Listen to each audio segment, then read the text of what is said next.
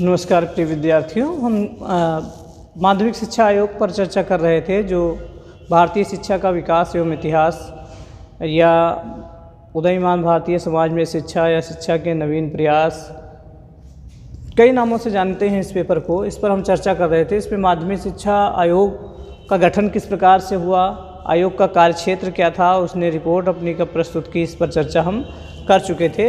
अब आयोग ने जो सुझाव दिए थे, जो सिफारिश की थी, उस पर हम चर्चा कर रहे हैं। सबसे पहला सुझाव दिया था माध्यमिक शिक्षा का प्रशासन एवं वित्त संबंधी जो सुझाव दिया था, उस पर हम सबसे पहले चर्चा करते हैं।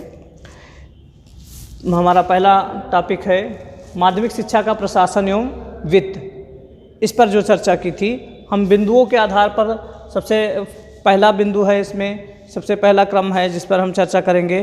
पहले स्टेप पर ये सुझाव दिया कि जिस तरह से केंद्र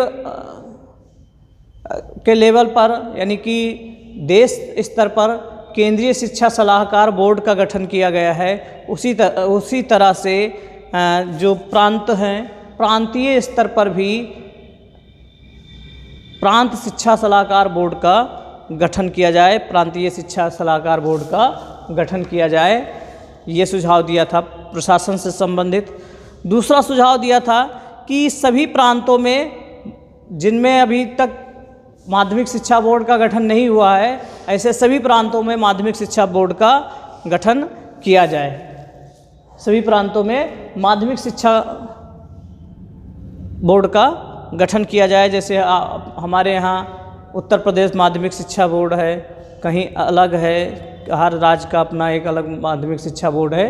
इसका सुझाव माध्यमिक शिक्षा आयोग ने अपने शिक्षा का प्रशासन एवं वित्त से संबंधित सुझावों में कहा था कि पहला सुझाव ये था कि केंद्रीय स्तर पर जिस तरह से केंद्रीय शिक्षा सलाहकार बोर्ड का गठन किया गया है, ऐसे ही प्रांतीय स्तर पर राज्य स्तर पर प्रांतीय शिक्षा सलाहकार बोर्ड का गठन किया जाए तथा प्रत्येक प्रांत में माध्यमिक शिक्षा बोर्ड का गठन किया जाए। इसके साथ साथ जो एक शिक्षा निदेशक की नियुक्ति हो, शिक्षा निदेशक की नियुक्ति हो और शिक्षा निदेशक का कार्य जो हो वो शिक्षा मंत्री को शिक्षा से संबंधित सलाह देना हो और उसके सलाह पर शिक्षा मंत्री विचार करें। इसके साथ साथ व्यक्तिगत विद्यालयों का जो प्रबंध, जो देश में प्राइवेट विद्यालय चल रहे हैं, व्यक्तिगत प्रयासों से जो विद्यालय संचालित हो रहे हैं, उनका जो पंजीकरण हो वो प्रबंध कंपनीज अधिनियम के आधार पर उनका पंजीकरण हो, उनका रजिस्ट्रेशन हो और उनकी प्रबंध समितियां जो हों पंजीकृत हों और वो प्रबंध समितियां जो भी कार्य करें, कोई ऐसा कार्य ना करें जो सरकार के विपरीत हो, सरकार के नियमों के विपरीत हो। सरकारी नियम जो भी हों उसी के अंतर्गत वो सारे कार्य करेंगे। जो सरकार ने बनाए हैं उसका नियम का पालन वो सभी व्यक्तिगत प्रयासों से चल रहे विद्यालय भी करेंगे। इसके साथ साथ जिस तरह से केंद्रीय तकनीकी शिक्षा बोर्ड का गठन किया गया है, ऐसे ही प्रांतीय तकनीकी शिक्षा बोर्ड का भी गठन किया जाए प्रांतीय स्तर पर। ये प्रशासन एवं वित्त से संबंधित सुझाव था। प्रशासन एवं वित्त से संबंधित सुझाव, जिसको हम निम्नलिखित फर्स्ट में कह सकते हैं कि जिस तरह से इसने कहा कि जिस तरह से केंद्र स्तर पर केंद्रीय शिक्षा सलाहकार बोर्ड का गठन किया गया है, उसी तरह से राज्य स्तर पर यानी प्रांतीय स्तर पर प्रांतीय शिक्षा सलाहकार बोर्ड का गठन किया जाए। पहला सुझाव ये था प्रशासन एवं वित्त से संबंधित। दूसरा सुझाव ये था कि प्रत्येक प्रांत में जहाँ भी माध्यमिक शिक्षा बोर्ड का गठन नहीं किया गया है, वहाँ पर माध्यमिक शिक्षा बोर्ड का गठन किया जाए, जिसका कार्य होगा अपने यहाँ शिक्षा से संबंधित उद्देश्यों का, पाठचर्या का, शिक्षण विधियों का, शिक्षक शिक्षार्थी और विद्यालय के स्वरूप का निर्धारण करना, उसके बारे में सुझाव देना। इस तरह से माध्यमिक शिक्षा बोर्ड का गठन किया जाए प्रत्येक। तीसरा सुझाव था कि शिक्षा निदेशक जो हो वो उसका कार्य होना चाहिए शिक्षा मंत्री को शिक्षा से संबंधित सलाह देना, सुझाव देना, ये उसका कार्य होना चाहिए। चौथा जो था, इसमें जो व्यक्तिगत प्रयासों से विद्यालय संचालित हो रहे हैं उनको व्यक्तिगत प्रबंध कंपनीज अधिनियम के अंतर्गत उनका पंजीकरण किया जाए, उनकी प्रबंध समिति पंजीकृत हो, और जो सरकार के नियम हैं, जो सरकार के बनाई हुई नीतियां हैं, उनका पालन वो करेंगे। जो व्यक्तिगत प्रयासों से विद्यालय चल रहे हैं वो भी सरकार के बनाए हुए नियमों का पालन करेंगे। इसके साथ साथ जिस तरह से केंद्रीय तकनीकी शिक्षा बोर्ड का गठन किया गया है, ऐसे ही राज्य में भी राज्य तकनीकी शिक्षा बोर्ड का गठन किया जाए। ये प्रशासन एवं वित्त से संबंधित, हाँ, ये प्रशासन से संबंधित सुझाव था। फिर वित्त से संबंधित सुझाव की बात की जाए तो वित्त के बारे में कहा कि केंद्रीय, चूँकि शिक्षा की व्यवस्था करना राज्यों का उत्तरदायित्व है, लेकिन केंद्रीय सरकार को भी शिक्षा के विकास के लिए सहयोग देना चाहिए, और इस पर जो माध्यमिक शिक्षा से संबंधित जो दान करे कोई, वो दान आयकर से मुक्त होना चाहिए। ये स्कूलों को दिया जाने वाला दान आयकर से मुक्त होना चाहिए, वित्त के संबंधित व्यवस्था। तो माध्यमिक शिक्षा की व्यवस्था करना किसकी जिम्मेदारी थी? राज्य की। यह राज्य का उत्तरदायित्व है, लेकिन ये इस आयोग ने कहा कि केंद्रीय सरकार को भी राज्यों को माध्यमिक शिक्षा के संचालन के लिए सहयोग देना चाहिए। हमारा जो संविधान का अनुच्छेद 45 है, उसमें साफ साफ इस बात की चर्चा की गई थी। संविधान खुद संबोधित करते हुए कहता था कि इस संविधान के लागू होने के 10 वर्ष प्रत्येक राज्य का यह उत्तरदायित्व होगा कि अपने यहाँ रहने वाले सभी 6 से 14 वर्ष के बच्चों की अनिवार्य एवं निःशुल्क प्राथमिक शिक्षा का प्रावधान करे। ये राज्य को निर्देश संविधान देता है, क्योंकि अभी हम जो इस बात को सोचें कि क्या भाई राज्य की ही क्यों जिम्मेदारी है, केंद्र की क्यों जिम्मेदारी नहीं है? अब है, वर्तमान समय में शिक्षा की व्यवस्था करना राज्य और केंद्र दोनों का उत्तरदायित्व है, लेकिन जब संविधान लागू हुआ उस समय शिक्षा का उत्तरदायित्व जो था वो राज्य का था। हमारे देश में 3 विषय सूची हैं जिसके तहत राज्य और केंद्र की शक्तियों का बंटवारा हुआ है। पहला केंद्र सूची के विषय, दूसरा राज्य सूची के विषय और तीसरा समवर्ती सूची के विषय। केंद्र सूची के जो विषय होते हैं उसमें केंद्र सरकार अपने नियम कानून बनाती है, उसका अनुपालन कराती है, और जो राज्य सूची का विषय होता है उसमें राज्य अपने हिसाब से नियम कानून बनाने के लिए स्वतंत्र होते हैं। और फिर जो समवर्ती सूची होता है का विषय होता है उसमें राज्य और केंद्र दोनों के आपसी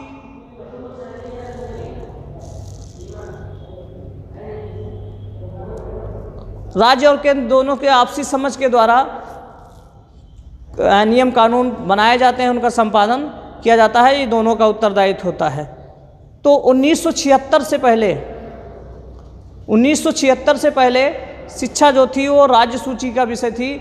1976 में जो संविधान संशोधन हुआ उसके तहत शिक्षा को समवर्ती सूची में रख दिया गया और वो राज्य और केंद्र दोनों का उत्तरदायित्व हो गई। लेकिन जहां हम चर्चा कर रहे हैं उस समय शिक्षा राज्य सूची का विषय था।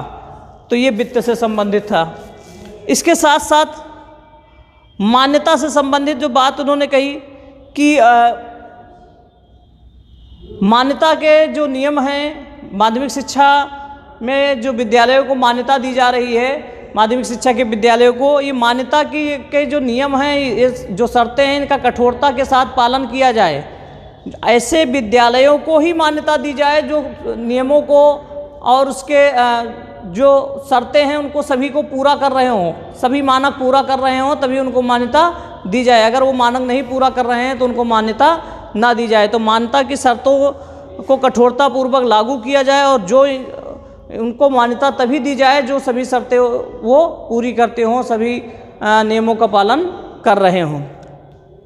और इसमें विद्यालयों के निरीक्षण की भी बात कही गई कि एक बोर्ड का गठन किया जाए, एक समिति बनाई जाए जो समय समय पर माध्यमिक शिक्षा के विद्यालयों का निरीक्षण करें, उनकी समस्याओं का पता लगाएं और समय समय पर उन समस्याओं का समाधान भी करते रहें, उससे संबंधित सुझाव भी देते रहें। ये प्रशासन एवं वित्त से संबंधित सुझाव था। माध्यमिक शिक्षा का प्रशासन एवं वित्त कैसा हो, इसके बारे में जो माध्यमिक शिक्षा आयोग ने अपना सुझाव दिया वो ये था। तो इसके एक बार हम फिर से चर्चा कर ले रहे हैं।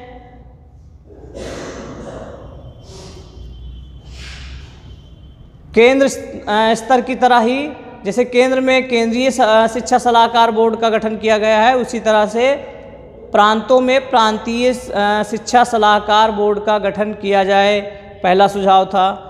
दूसरा सुझाव था कि माध्यमिक शिक्षा बोर्ड का गठन किया जाए, माध्यमिक शिक्षा बोर्ड का गठन किया जाए, ये दूसरा सुझाव था। तीसरा सुझाव था शिक्षा निदेशक जो हो शिक्षा मंत्री को सलाह दे, शिक्षा से संबंधित सुझाव दे, ये तीसरा सुझाव था। चौथा था कि जो व्यक्तिगत प्रयासों से विद्यालय चल रहे हैं, व्यक्तिगत प्रयासों से यानी कि प्राइवेट निजी विद्यालय जो चल रहे हैं, उनका रजिस्ट्रेशन जो हो वो प्रबंध कंपनीज जो अधिनियम है, प्रबंध कंपनीज अधिनियम के अंतर्गत उनका पंजीकरण किया जाए और उनकी समितियों को जो प्रबंध समितियों द्वारा उनका संचालन हो, प्रबंध समितियों को पंजीकृत किया जाए और प्रबंध समितियों के द्वारा ही उनका संचालन हो। और प्रबंध समितियां जो सरकार के नियम होंगे, जो शर्तें होंगी, वो सभी नियमों और शर्तों को पूरा करेंगी, मानेंगी आवश्यक रूप से।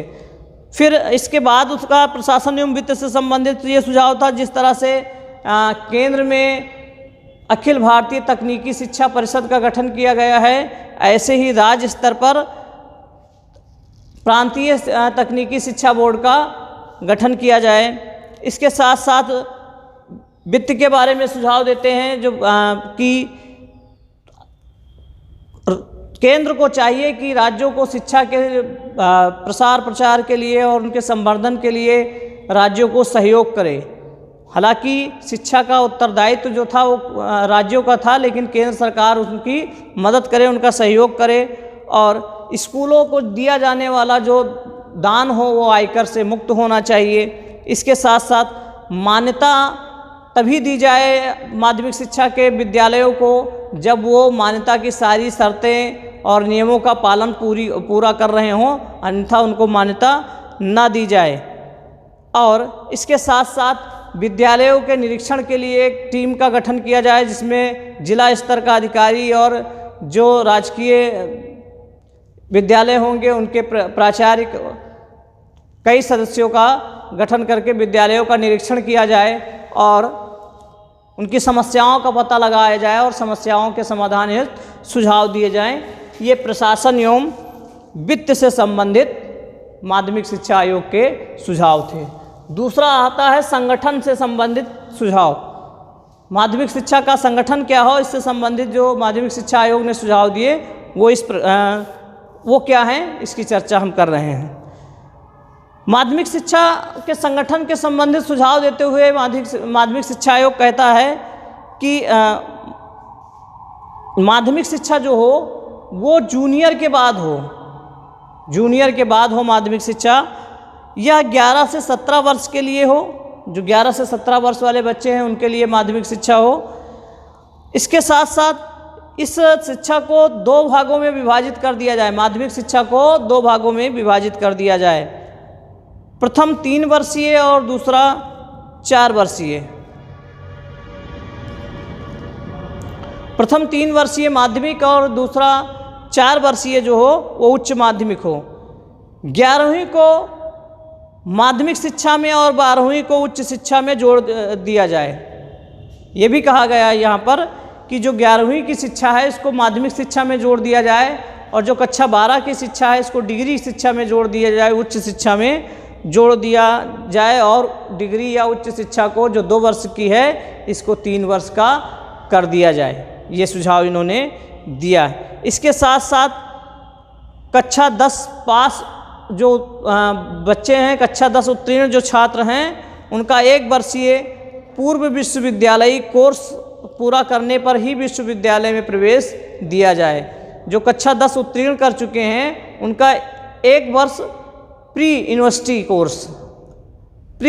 कोर्स का संचालन किया जाए और विश्वविद्यालयों में उन्हीं को प्रवेश दिया जाए जो 1 वर्ष का, कक्षा 10 के बाद 1 वर्ष का प्री यूनिवर्सिटी कोर्स करके आए हों, पूर्व विश्वविद्यालयी शिक्षा ग्रहण करके आए हों।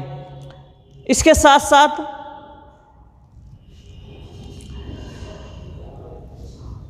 बहुउद्देशीय स्कूल खोले जाएं,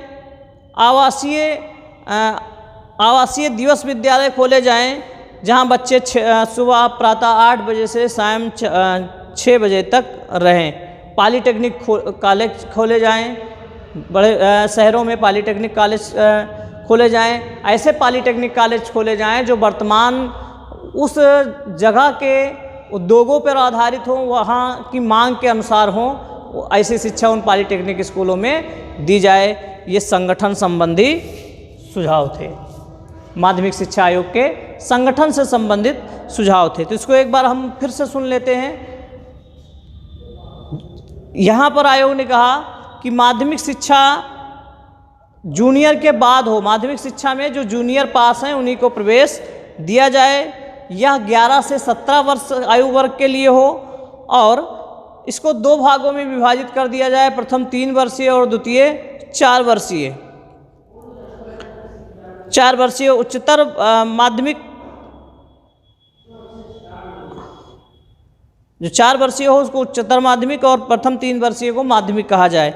इसके साथ साथ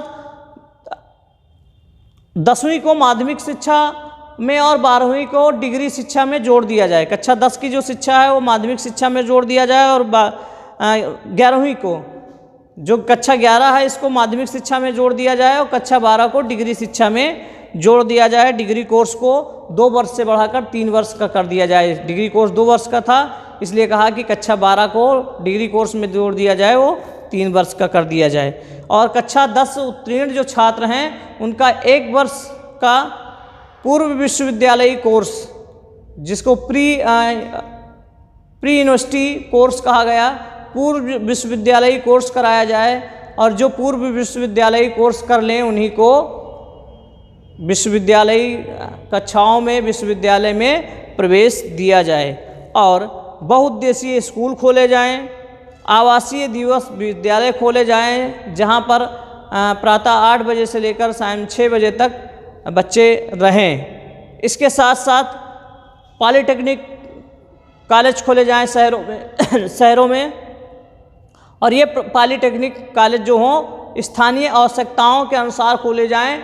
जिन उद्योगों की और जिन चीज़ों की मांग हो वहाँ पर ऐसे ही शिक्षा, वहाँ पर उन चीज़ों की शिक्षा दी जाए। ये संगठन से संबंधित आयोग के सुझाव थे। संगठन से संबंधित सुझाव के बाद उद्देश्य की बात आती है कि माध्यमिक शिक्षा के उद्देश्य क्या हों, माध्यमिक शिक्षा के उद्देश्य क्या होने चाहिए, इसकी बात आती है। उद्देश्यों की अगर हम बात करें तो उद्देश्य के बारे में आयोग कहता है